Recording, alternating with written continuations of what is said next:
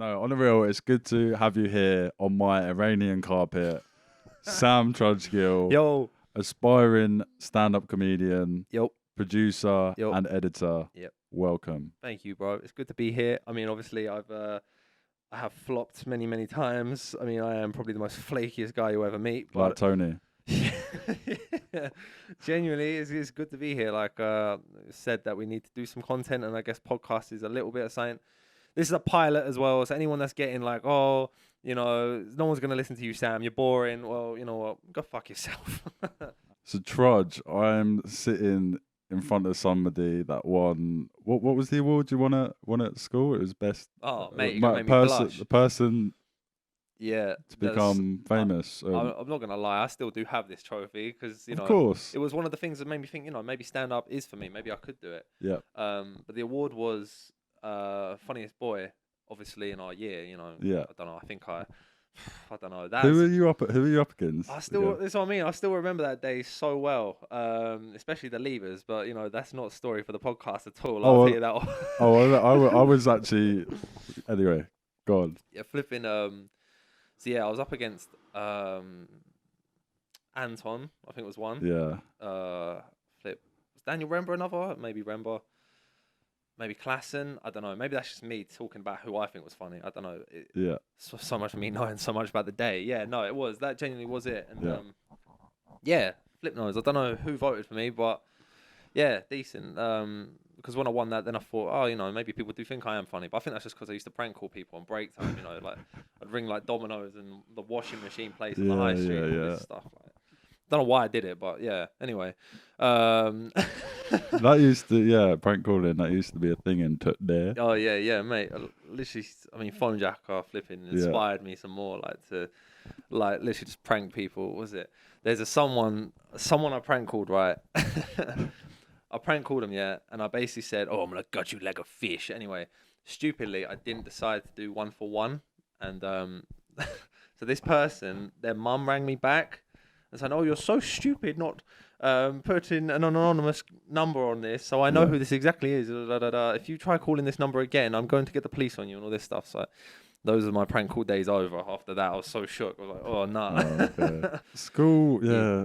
School's a funny time, and I actually, like you, I remember like quite a lot. And what I really like is when you have like conversations with people, and they just tell you stories you completely forgotten about. Yeah. And something that me and you sometimes talk about in our conversations is just like when we used to play football in my garden. Oh yeah. Jesus So Christ. so playing Wembley in our garden. Yeah. I had quite a long garden. When I was back at my parents' house, and just had that goal right at the end. What was it? It's like it wasn't a 7-a-side goal. It wasn't like the widest one, but it had quite a lot of height. No, it was decent for the height. Yeah. So summers were just spent chowing down on fried chicken and playing Wembley in my garden. Yeah. And I just we were so young and just had schoolgirl crushes. Very much so. I had a few. Yeah. My one, I only stopped dreaming about her last year. Oh, serious? Yeah. Shit, I don't know what stopped those dreams, but yeah. So if you're watching, you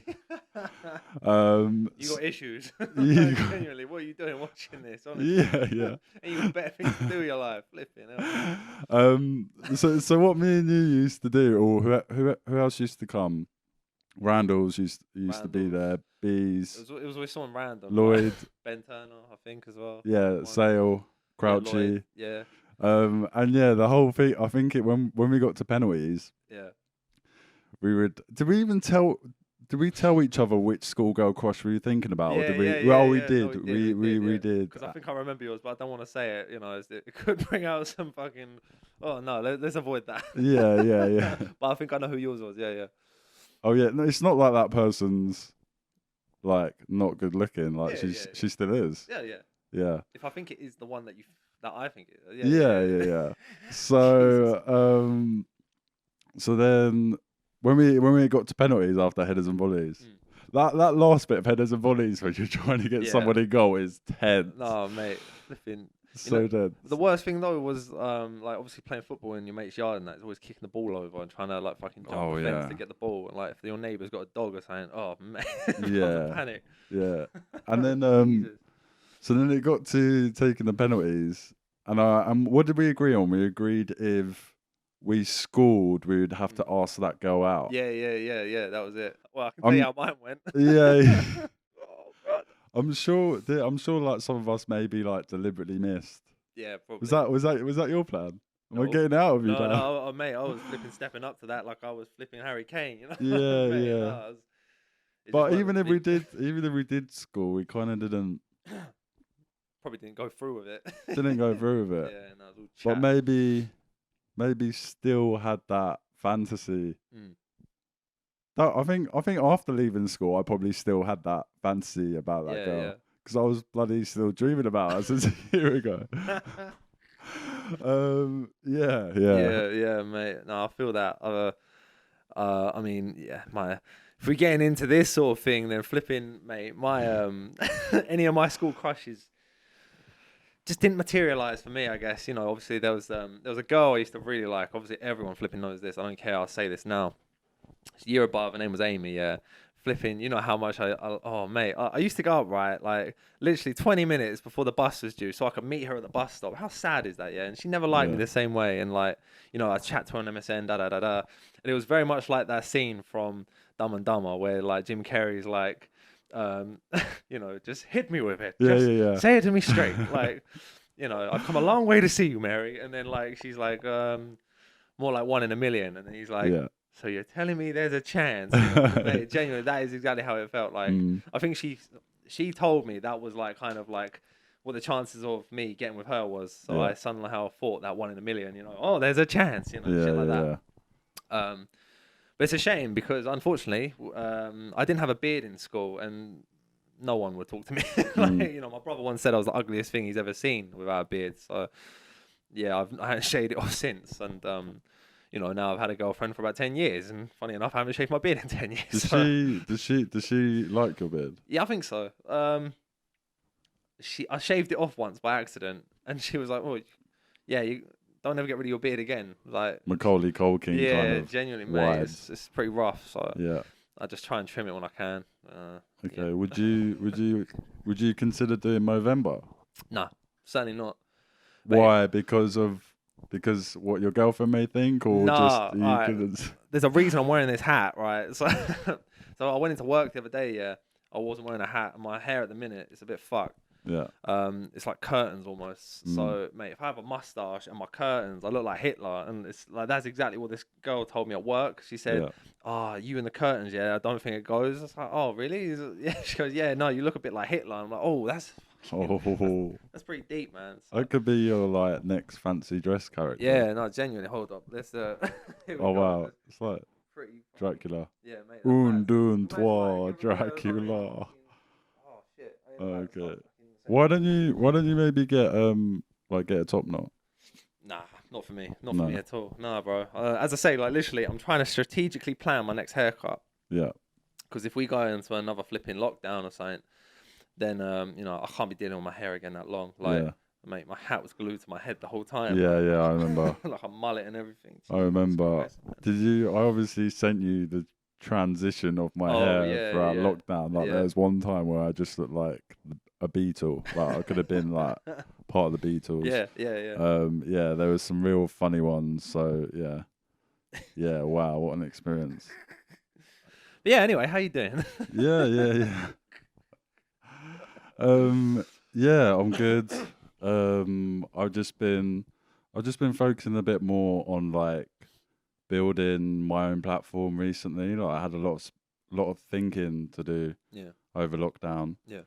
And I think throughout the years, you as well, we've kind of been focusing more on building other people's platforms instead of our own. Yeah. Because I think as creatives, as we're doing work for other people, we've always got ideas coming to us for our own thing.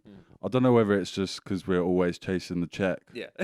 Right? Yeah. No, but I mean, like, it's always been with us. I know, like, back in the day, like, we've always been the creative types to you know, just do shit. Like, I mean, obviously we both, for those that don't know, we both used to experiment with the grime scene. You know, I mean, I am formerly a rapper known as the Godfather, and obviously yourself as Mania. So, you know, we've always been like quite creative in the sense of writing stuff, doing stuff, like even at college, like writing scripts and that.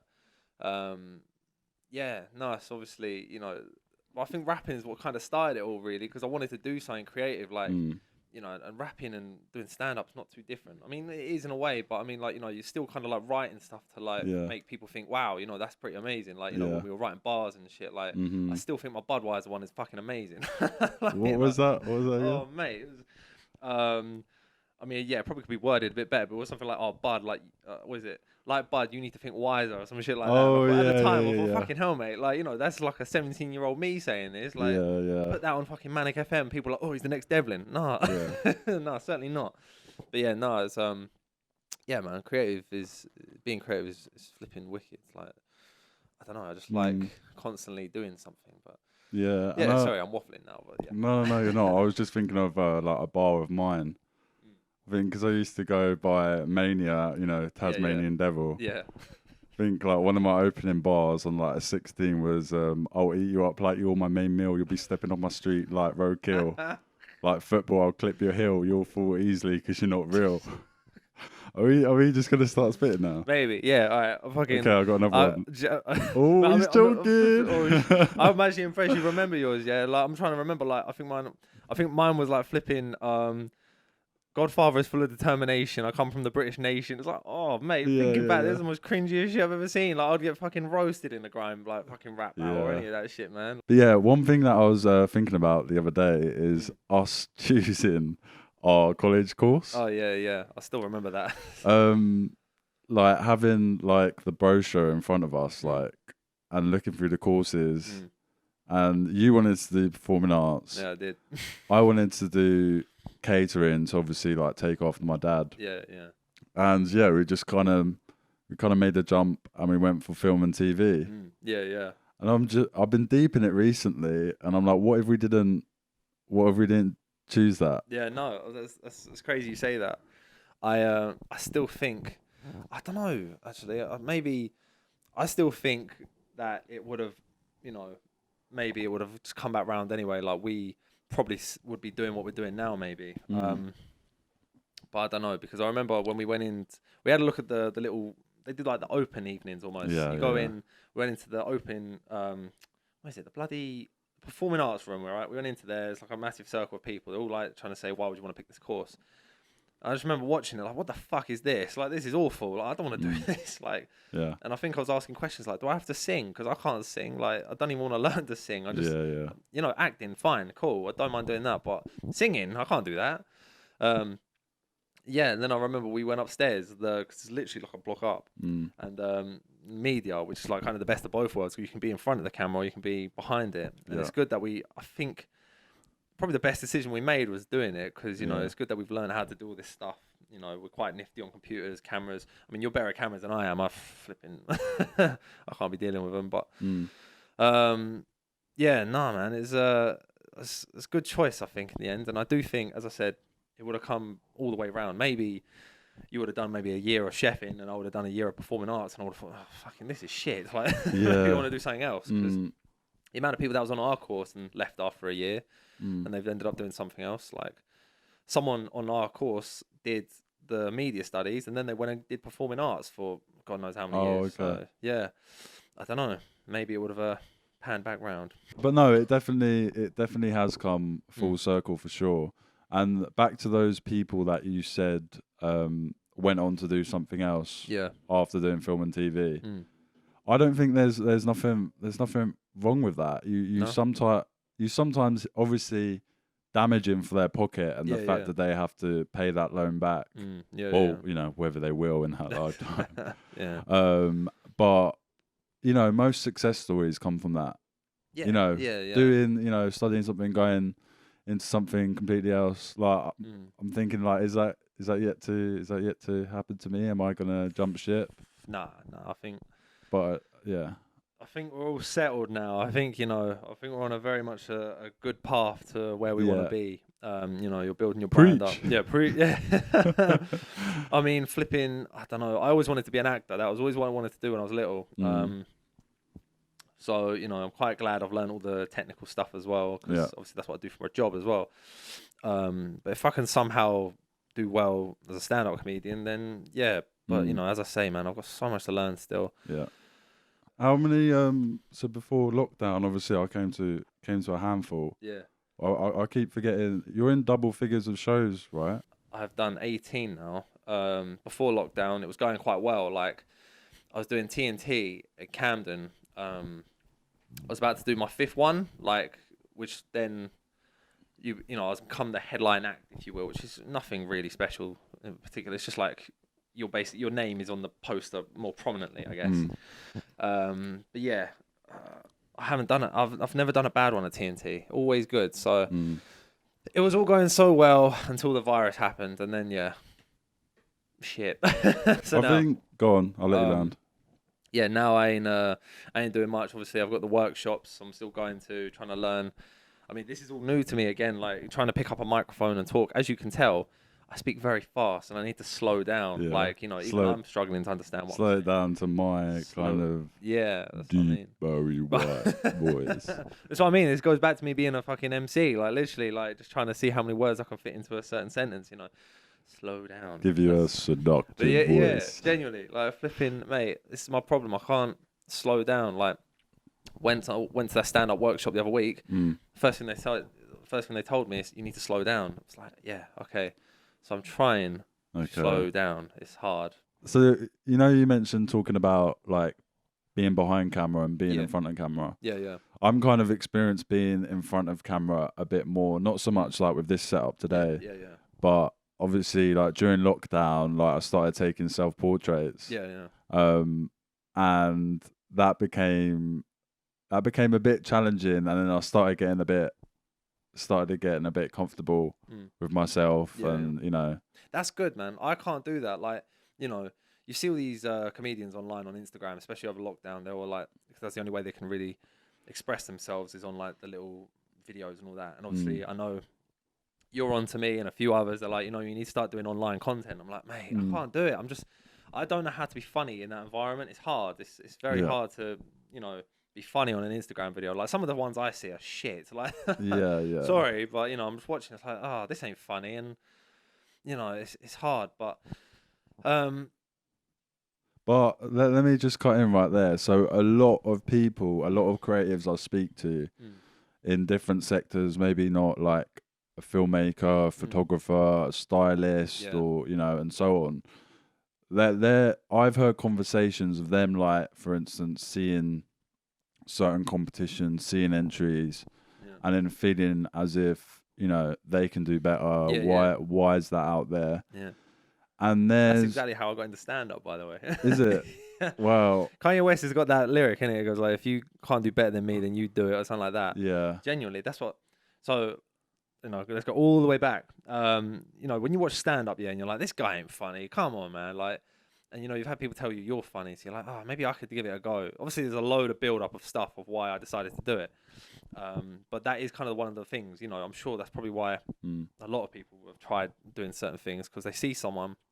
I'm not going to name any names, because one day this comedian might ask me to support him on tour, and then I'll be like, oh shit, well I bitched about you. They're going to go through your Twitter. Yeah. I mean, let's be honest. I mean, no one's going to watch this in 2 years' time, but fucking, you never know. If I do well at stand up, maybe someone might dig through the fucking archives and pull this out. Oh, he bitched about him. Basically, I saw a comedian, he was rubbish, and I thought I could do better than that, and there you go.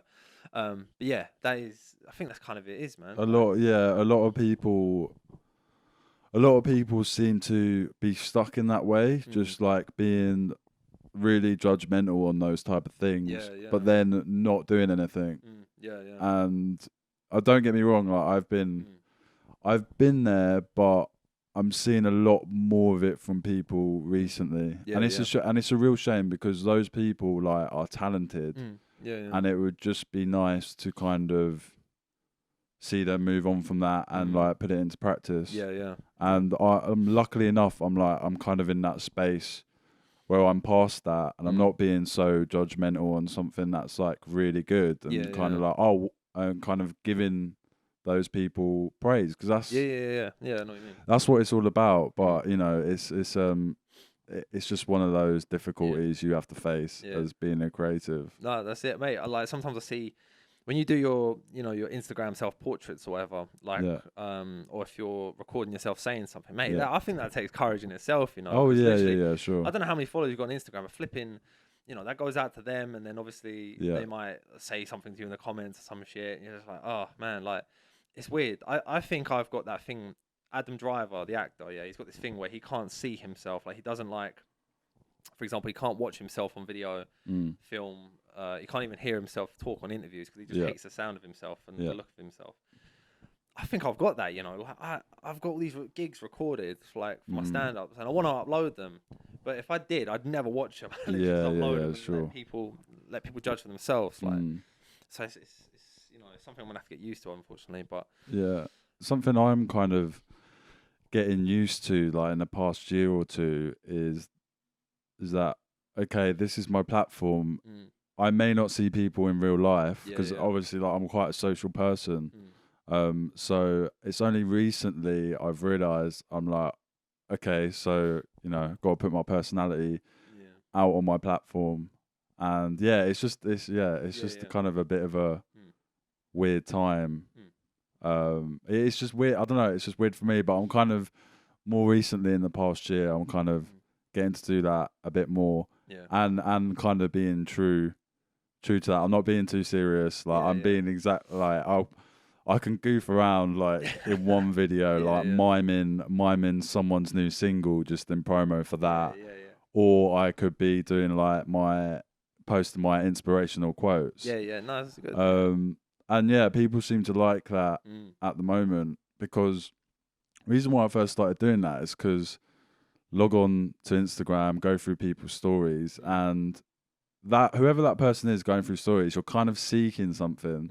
And if you see one thing that spins you a bit and then just makes you feel something different, it's just like you kind of want to see something, and that's what I was like. That's what I was like. So then I was thinking, all right, well, I don't want someone to think that when they're going through my stories.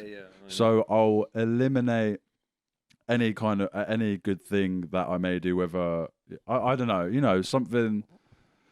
I don't want to post something that may come across as if I'm boasting about it. I know. Those things for me are I kept to myself and who I'm with. So that's actually quite important to me, and I've realised recently that the whole posting quotes thing, I've got it like for my mum, because she really likes quotes. Stuff. Good, so that seems to be working.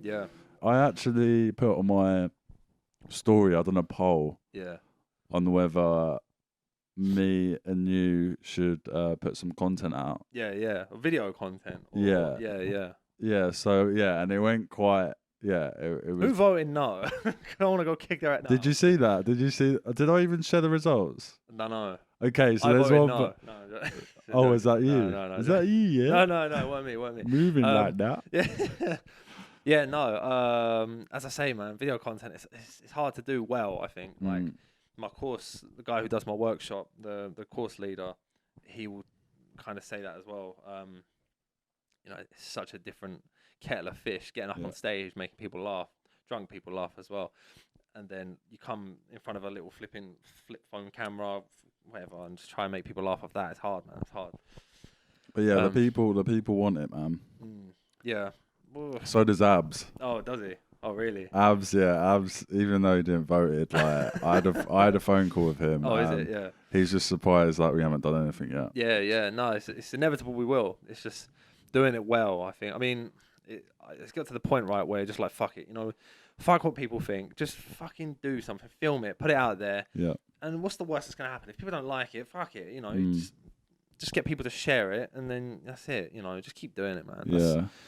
I mean, I've kind of like just changed my whole opinion of like, I don't want to do it because I'm worried what people might think too. You know what? Fuck what people think. Just fucking do it. Like, I'm not schizophrenic. I literally just am I just doubt myself an awful lot. So, yeah. I think it is a case of just fucking. I'll write something. We'll film it. We'll do it. See how it goes, and just keep doing more and more and more. Because I guess that's how you get through it. So yeah. But yeah, you don't. I suppose there's a flip side. Along with chairs squeaking, you may hear my ankle click now and then. That completely threw me off. What, your ankle? Yeah. This is a pilot. Just a reminder, this is a pilot. We haven't done this before. Yeah. Is that your ankle? Again. Yeah, Double up. Sounds like someone's throwing those fucking things on the floor, the little things in school. Oh, what, firecrackers? Yeah. Look again. That's not healthy, man. Mate, I know. I really need. I looked online and they're like, oh yeah, you should drink loads of water, and all that kind of malarkey. But I need to really go see. Diagnose yourself online. It says you've got cancer. No, it may. No. It may actually be like I get arthritis soon. Oh, is it? Oh, that's just in my head. I may be completely wrong. But then I went to the doctors, right? I went to the GP and then I told her about it. And when you tell someone like you've got something, and then when you go to so in the appointment, I went to demonstrate it. So I was like walking pretty fast, up and down the room. And I didn't click once, right? So she was like, okay, I'll have a look. Yeah. And then I lay down on the table, and all she done was just like lift my leg up and just squeezed it as close to me as possible. Yeah. And nothing happened. She's like, all right, yeah, you're fine. And then as soon as I walk out the door and like walking out the doctor's, like my legs are clicking. So then it's just like, I don't know, nowadays, there's been other things I've gone to see the GP about and experiences other people have had. Yeah. And they haven't actually got it solved, like what the issue is. And then they go to a private doctor's and then bang, they find it like that. Yeah. So, I need to, I don't know, I need to change my GP. I need to change my GP to here now I've moved. But, just to kind of move on to my ankle clicks. That's where I'm at. Starting off at the bottom of the ladder in the film and TV industry. Where we're at now, obviously, both of us being producers. Just if there's anyone that listening that is like kind of just starting off, I just kind of want to touch base on what it was like back then. Because how long is it? Has it been like 5? So this is a difficult thing about thinking about the years. I've kind of got at the moment my milestone is kind of looking back on when we left university, but that date is kind of getting further and further away, which was 2013. What, you left uni? I didn't go to uni. No. So we finished college together at like 2000 oh no, it was a bit before that. It was maybe 2012? No. 11. But anyway, we don't need to focus too much on that. But there obviously a lot has happened within a lot has developed in the industry since then. So I remember us starting out in college and kind of getting our first freelance job at was it Swalk Salon? Yeah, I remember. I still got the photos. So So that was a job on Star Now, wasn't it? Oh yeah. That was a job on Star Now, and it was like was like an opening of it was in Notting Hill, right? Yeah. A Notting Hill launch, and Imogen Thomas was there. Me should be. Yeah, man. And we like interviewed her in like that treatment room. Do you remember? That geezer with the afro as well. Yeah. He was a character. But imagine if low light cameras existed then. I know like that film looked grainy as hell. Yeah. Nah, mate. Obviously it's easy to look back at all your old stuff and be like, oh, that could have been better. Like, mate, I still got my show reel from college. Yeah. And I was watching them. I think I put them on Vimeo just for a laugh, They're terrible. I'm sorry. Like, anyone from college that's listening. I doubt anyone's listening from college, let's be real. Hold tight, Abs. I know he's locked in. Yeah. Maybe Abs and maybe Tommy D, Ryan out Push. I don't know. You've left me all, so it's fine. Callie might actually. Shit, yeah. Now he's back in back in the mix. Big up Cali. Yeah. They're terrible, man. Like, you know, the camera's not even flipping facing where it should be, and I mean, it's easy, but you know, we're learning. So I'd say that I compare my stand-up to the college films we made. Like, it's terrible, but it can get better, you know. Yeah, sure. So after that job, it may have been before actually. We got that another. Well, no, that was our first kind of independent self-shooting job, unpaid, obviously. I think our first running job together was the Grolsch Christmas ad. Air Studios, yeah. Air Studios. That was lit. Yeah, well, unpaid, but it was literally like the Christmas tree was lit. Oh yeah, with Grolsch bottles. That was mad. Yeah, Martin did well. I think he it was his mum. I think that was organising it. Yeah. So, mate, that was a long night though. I just remember we were just standing in. It was a few hours. We were standing in, and then we had to take all the Grolsch bottles down from that Christmas tree. Yeah. It's a long night, just de-rigging. That's what I remember. But at the end of the night, we obviously got a crate of beer as a thank you. Oh yeah. It was great. Yeah, that was good. It was a good experience. First real taste of TV. It's what I mean, man. Like, we could probably we can make a podcast into how to get into TV and what you need to do and what you stuff like that. Like, obviously, I know we're just like chatting shit, but like flipping, there's people probably who are like eager, maybe want to get into TV, and you know, I feel like we've got a lot of stories and how to do it. So yeah, man. So beyond those experiences, because obviously I was still at uni. So whilst I was at uni, I kind of built Entervision Films during my like business and development assignment. So I went out to Croatia. I shot an after movie, entered it into a competition, and won the competition. Yeah. Which and got to go there the year after. But anyway, that kind of made me think, okay, cool, I've got something here. Yeah. And in between uni, I was kind of getting jobs here and there, mostly like not even great pay, but you know, doing what you got to do. Yeah. I'm just trying to remember what you got straight into.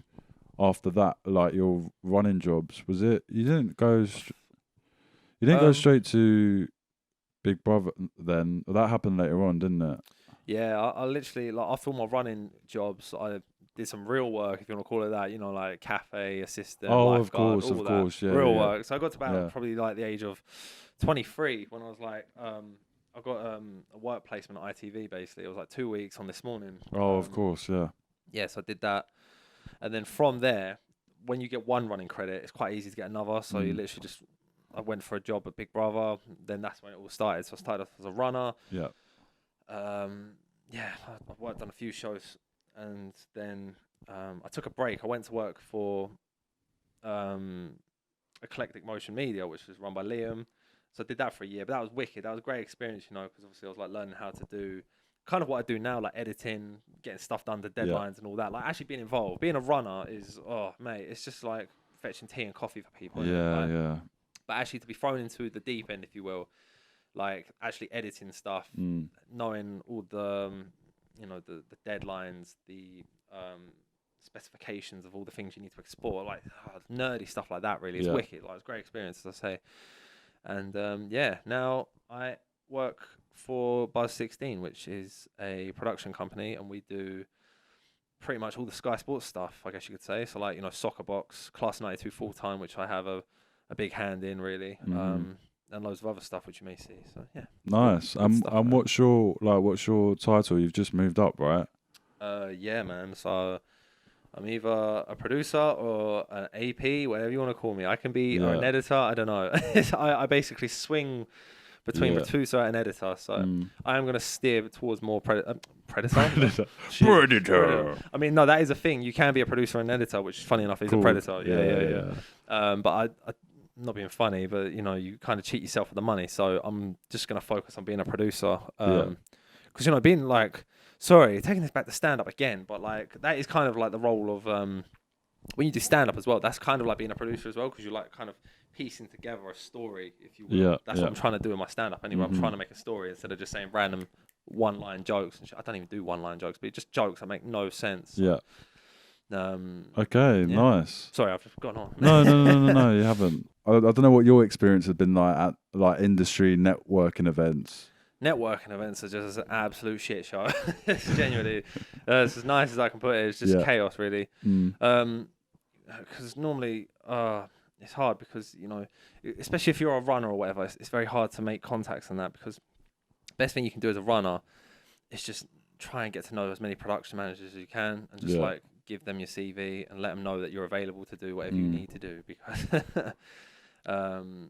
yeah, mate, networking events are just, it's hard. It depends on the position you're in, I guess. Like if you're for example, someone like you who's got their own like sort of production company and you want to kind of like expand it a bit more, that I imagine it's a little bit easier, but at the same time it depends who's at this network event.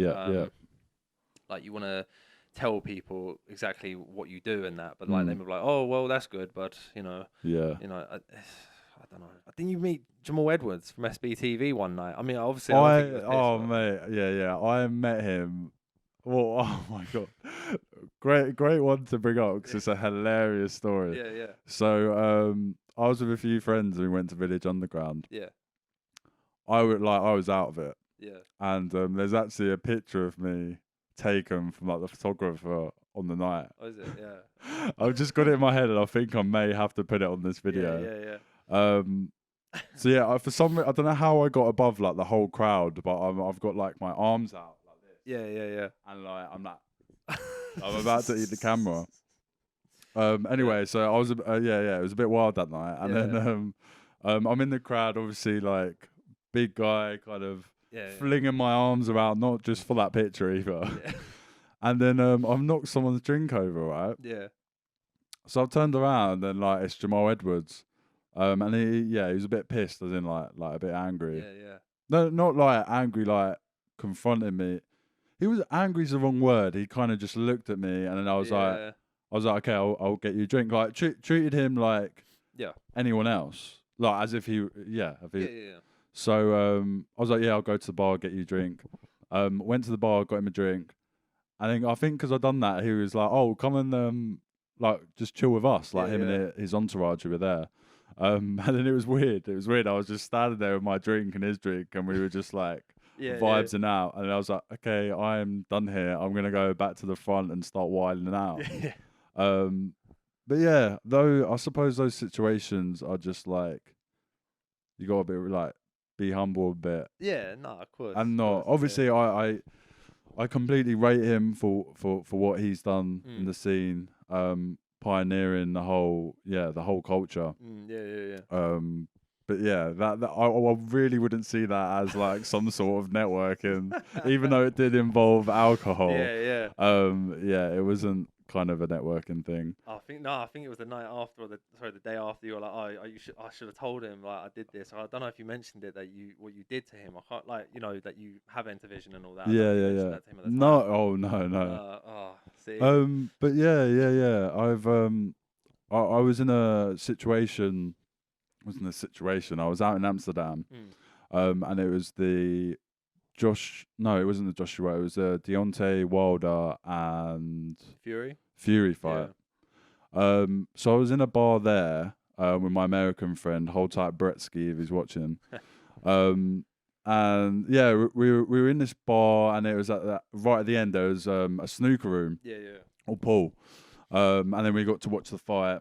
And then anyway, we were there, and JK walked in, who's a rapper from Birmingham.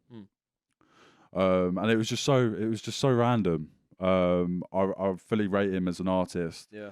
But again, I was pretty waved. Yeah. And anyone else would see that as an opportunity, but I was literally like I couldn't even play pool. Like I was watching Brett play pool and like challenging everyone in that room and winning. Yeah, that's a classic Amsterdam. So no. Well, he just loves pool. Like he came over here and he's wicked. Like really good. And then the day after, we were doing some more exploring in Amsterdam, and I was speaking to a friend of mine. And then he was like, oh, do you know Stormzy's in Amsterdam? I was like, no. And then he sent me a video. He told me what cafe he was in and everything. And then it all just came to me. Stormzy was on his tour. So this was in February. This was like the end of his European dates. Yeah, yeah. And JK was supporting him, who was in the bar the night before. Oh, sick. Yeah, yeah. So now I told my friend this, and then he was like, "Oh, why didn't you approach him? Like, why didn't like I would definitely jump on that opportunity if I saw it. Like, yeah. But I made that decision that night because I was so waved. Yeah.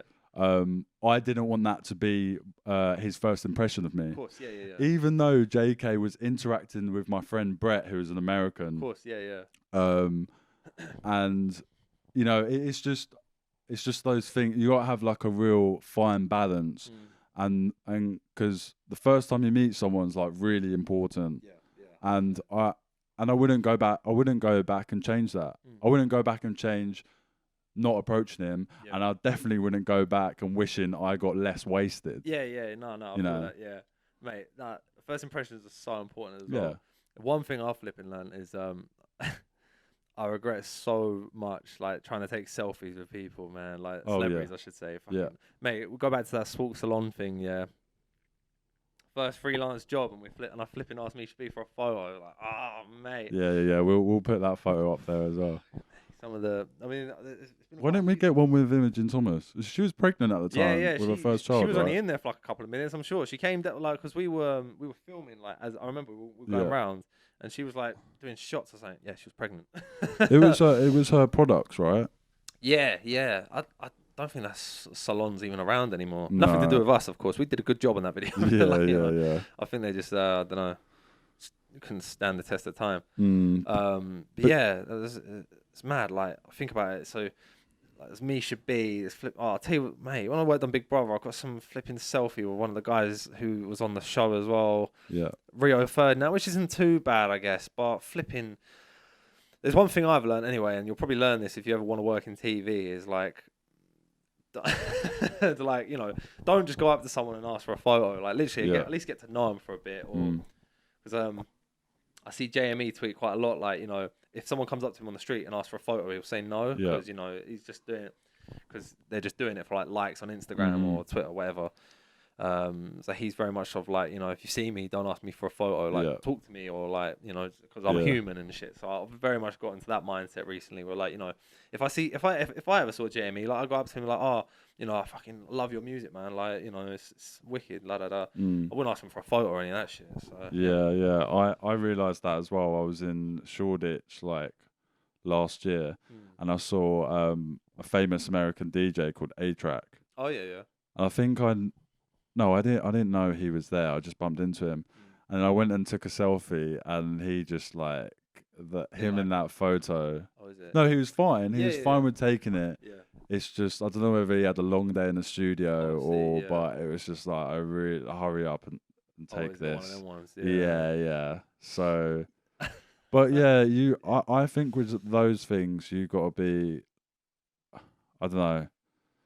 There's a time and a place to do those kind of things. Yeah, 100%. But like, especially like if you're filming, if you're shooting talent, but then is it really about you, or is it about you just taking a picture of the production? You know? But I don't know. Some people are good at it. I don't know whether that's something with my characteristics where I can make contributors feel comfortable enough to do that. As you say, time and place, man. Like, were you about to? I don't care. Like, I don't regret that one. I don't regret that one. Yeah, that was cool. So obviously at the time I worked for this Spanish media company, and once a year, or sorry, every 6 months, they have this interview with a football Premier League manager, and obviously it was Pochettino's turn. So I was like, right, I'm coming on this shoot, So I just wanted to meet him anyway. So I got there, and like I remember my boss was like, "Don't you dare take a photo of him! Don't you dare! We're an actual professional organisation. Wow. Pochettino isn't some sort of monkey." And I'm like, all right. Yeah. And at this time, I had already made the decision. I'm leaving this company anyway. So I was like, fuck it, man. I'm just gonna take a photo. But what I did beforehand, though, and I keep saying this, like, I got to know him a bit more. Like, I was chatting to him. I was trying to do my little Spanish on him. I was saying, like, oh, tú eres mi héroe, which basically means you're my hero in Spanish. Yeah. Like, it was so bad when I said it. So he looked at me. He was like, what? So I was like, so I looked at my cameraman who was Spanish, and I said, tú eres mi héroe? And he was like, yeah, no, it's fine. He's basically saying you're his hero. Yeah. And Poch gets up and he gives me a massive hug, and I'm like, oh, thank you, man, thank you. I told him I was a Spurs fan as well, so we like started chatting crap, and I was just like, oh, you know what, like because you're my hero, yeah. Can I just get a photo, please? It means so much to me, like that. He's like, yeah, of course, man, of course. Like, oh wow, took a photo. One of the best days of my life, still, genuinely. Oh, like literally, as soon as I left that training ground, I was like, oh, man. yeah, I bet. Yeah, so I got bit devastated talking about football. Sorry, like when obviously he left, but yeah, you know, it is this. Looking forward, like, well, the situation we're all in right now. What were your plans? Well, let's not look back. Like, do you have any plans for next year? Any milestones you want to hit? Yeah, from a personal standpoint, I want to obviously move out, get myself a house. That's that one. Yeah. From like a career / ambitious / you know, this is what I really want to achieve within the year. Hopefully stand up comes back so I can learn to be a bit better with that. I want to take that a bit more seriously. I mean, I know because I was just picking up with it before this all happened. So, you know, it's I want to try and get better at it. I want to do more gigs. I still haven't been heckled yet, by the way, so that's always a good thing. So, you know, I want someone to come to a show and like proper gun me down, so like then I get that experience and then I can learn how to deal with that, because that kind of that kind of worries me. You know, like if someone has a like a proper like comeback for me and I haven't got anything, I'm like, oh shit, you know, I wouldn't know what to do on stage, and then that's it, game's up. So basically, get better stand up. Probably just keep progressing with work, I guess. Do what I'm doing because I love my main job. It's probably the best job I've had. Yeah. And that's probably mine, I guess, man. Just stand up and work, I guess. What about you? So I'm literally about to relaunch Entervision Films with the new branding, which I'm excited about. Got a new website designed for that too. Yeah. Got a lot of stuff, a lot of exciting things on at the Horniman Museum where I work part-time as a creative content producer. Wicked, yeah. So, yeah, working on the South London music project there. So, yeah, going to be working with an array of talent from that area. Yeah. And then photography-wise, I want to step that up. I want to maybe start shooting in film. Yeah. Because at the moment with my photos, I'm finding it that I'm editing them in a way to look quite filmic. Yeah. So I'm like, I need to stop doing this, and I definitely need to make the changeover. And then I recently updated like my style now because I don't want to like pursue modeling. Yeah. But I kind of gained a bit of confidence like taking self-portraits, and it's just. Yeah, I think it may be a good thing to kind of as a side earner, been applying for jobs and stuff like that on there. Wicked. So that's something I want to build up. More just like photos at the moment. If there's anyone watching this that you know that own like vintage sportswear companies, because like that's what I'm digging at the moment, and loads of like dead stock sportswear, as you can see on that rail over there. So yeah, it'll be good to kind of get that going. And maybe even like be a voiceover artist. Yeah, man. I don't know. I think I'll have to listen to this back and see what your voice sounds like. Yeah. It's a shame you haven't got headphones on now. But yeah, like this is all like practice for it as well. And I've been on a podcast before, and then people are like, one, oh, you should do your own podcast, and then two, certain people are like, oh, you got such a relaxing voice. Yeah. It's soothing. Like, yeah. I mean, I'm glad I had that orange. It's mainly, It's mainly the ladies that say that, but you're probably not the first guy, so big ups. But yeah, those are kind of the plans at the moment. And yeah, that's kind of wicked. Kind of where we're at.